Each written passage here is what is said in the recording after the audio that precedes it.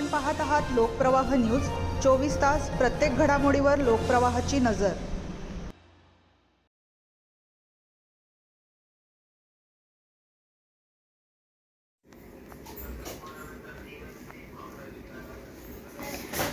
पिळकोस फाट्यावरील भीषण अपघातात नवविवाहित पती-पत्नीचा मृत्यू, बहीण गंभीर जखमी।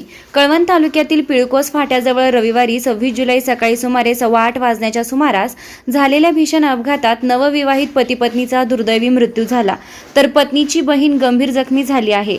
या घटनेमुळे संपूर्ण परिसरात हळहळ व्यक्त होत असून शैक्षणिक क्षेत्रावरही शोककळा पसरली आहे।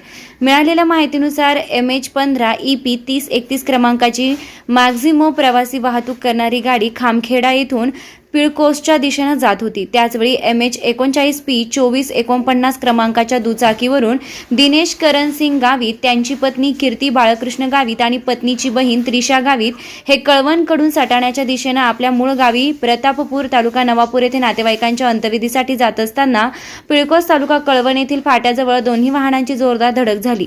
या भीषण अपघातात तिघेही गंभीर जखमी झाले। त्यांना तातडीने रुग्णवाहिकेद्वारे कळवण उपजिल्हा रुग्णालयात दाखल करण्यात आलं। प्राथमिक उपचारानंतर पुढील उपचारासाठी त्यांना नाशिक जिल्हा रुग्णालयात हलविण्यात आले। मात्र उपचारादरम्यान दिनेश गावित आणि कीर्ती गावित या नवविवाहित दाम्पत्याचा मृत्यू झाला, तर त्रिशा गावित यांच्यावर नाशिक जिल्हा रुग्णालयात उपचार सुरू असून त्यांची प्रकृती गंभीर असल्याची माहिती मिळाली आहे।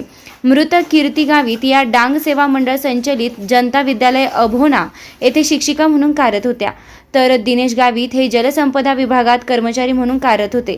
अवघ्या मे महिन्यातच या दोघांचा विवाह झाला होता। नव्या संसाराची सुंदर स्वप्ने डोळ्यात साठवून निघालेल्या दाम्पत्याचा अवघ्या 2-2.5 महिन्यातच अपघातात झालेला दुर्दैवी अंत कुटुंबीय, नातेवाईक, मित्रपरिवार तसेच शाळेतील शिक्षक, विद्यार्थ्यांसाठी मोठा धक्का ठरलाय। या हृदयद्रावक घटनेमुळे संपूर्ण परिसरात शोककळा पसरली असून सर्वत्र हळहळ व्यक्त केली जात आहे। घटनेची माहिती मिळताच नागरिकांनी घटनास्थळी धाव घेत मदतकार्य केलंय। या प्रकरणाचा पुढील तपास पोलीस निरीक्षक खगेंद्र टेंभेकर यांच्या मार्गदर्शनाखाली पोलीस नाईक रामदास गवळी व पोलीस शिपाई नितीन वाघमारे हे करीत आहेत।